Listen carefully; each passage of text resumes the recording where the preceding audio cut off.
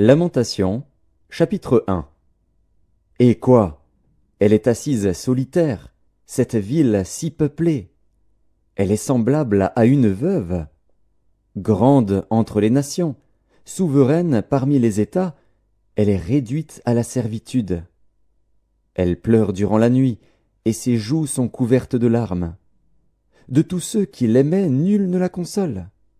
Tous ses amis lui sont devenus infidèles, ils sont devenus ses ennemis. Juda est en exil, victime de l'oppression et d'une grande servitude.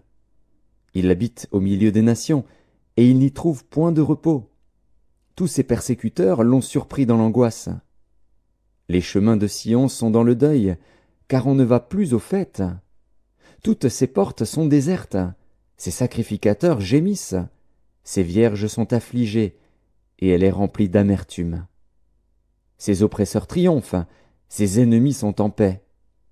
Car l'Éternel l'a humiliée à cause de la multitude de ses péchés. Ses enfants ont marché captifs devant l'oppresseur. La fille de Sion a perdu toute sa gloire. Ses chefs sont comme des cerfs qui ne trouvent point de pâture et qui fuient sans force devant celui qui les chasse.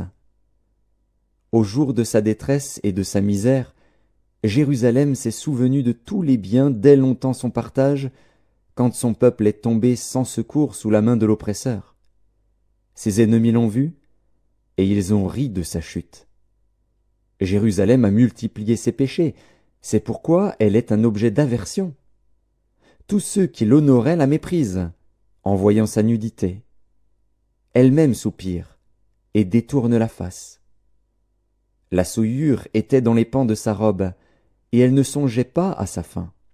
Elle est tombée d'une manière étonnante, et nul ne la console. Vois ma misère, ô Éternel. Quelle arrogance chez l'ennemi.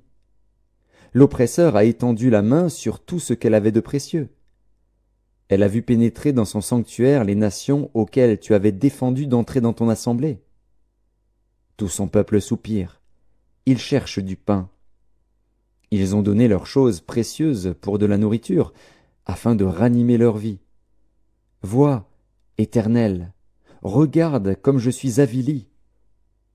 Je m'adresse à vous tous qui passez ici. Regardez et voyez s'il est une douleur pareille à ma douleur, à celle dont j'ai été frappé.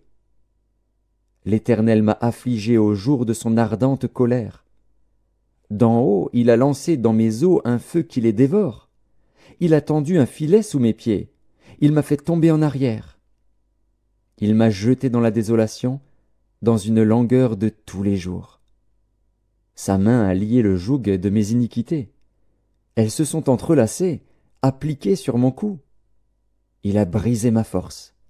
Le Seigneur m'a livré à des mains auxquelles je ne puis résister. Le Seigneur a terrassé tous mes guerriers au milieu de moi. Il a rassemblé contre moi une armée pour détruire mes jeunes hommes. Le Seigneur a foulé au pressoir la Vierge, fille de Juda. C'est pour cela que je pleure, que mes yeux fondent en larmes, car il s'est éloigné de moi, celui qui me consolerait, qui ranimerait ma vie. Mes fils sont dans la désolation, parce que l'ennemi a triomphé. Sion a étendu les mains, et personne ne l'a consolé. L'Éternel a envoyé contre Jacob les ennemis d'alentour. Jérusalem a été un objet d'horreur au milieu d'eux. L'Éternel est juste, car j'ai été rebelle à ses ordres. Écoutez, vous tous, peuple, et voyez ma douleur. Mes vierges et mes jeunes hommes sont allés en captivité. J'ai appelé mes amis, et ils m'ont trompé. Mes sacrificateurs et mes anciens ont expiré dans la ville. Ils cherchaient de la nourriture, afin de ranimer leur vie. Éternel, regarde ma détresse. Mes entrailles bouillonnent, mon cœur est bouleversé au-dedans de moi, car j'ai été rebelle.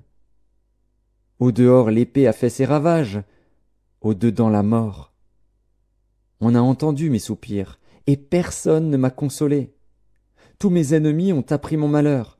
Ils se sont réjouis de ce que tu l'as causé.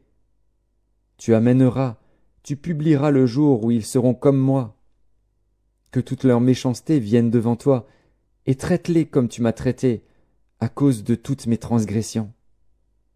Car mes soupirs sont nombreux, et mon cœur est souffrant.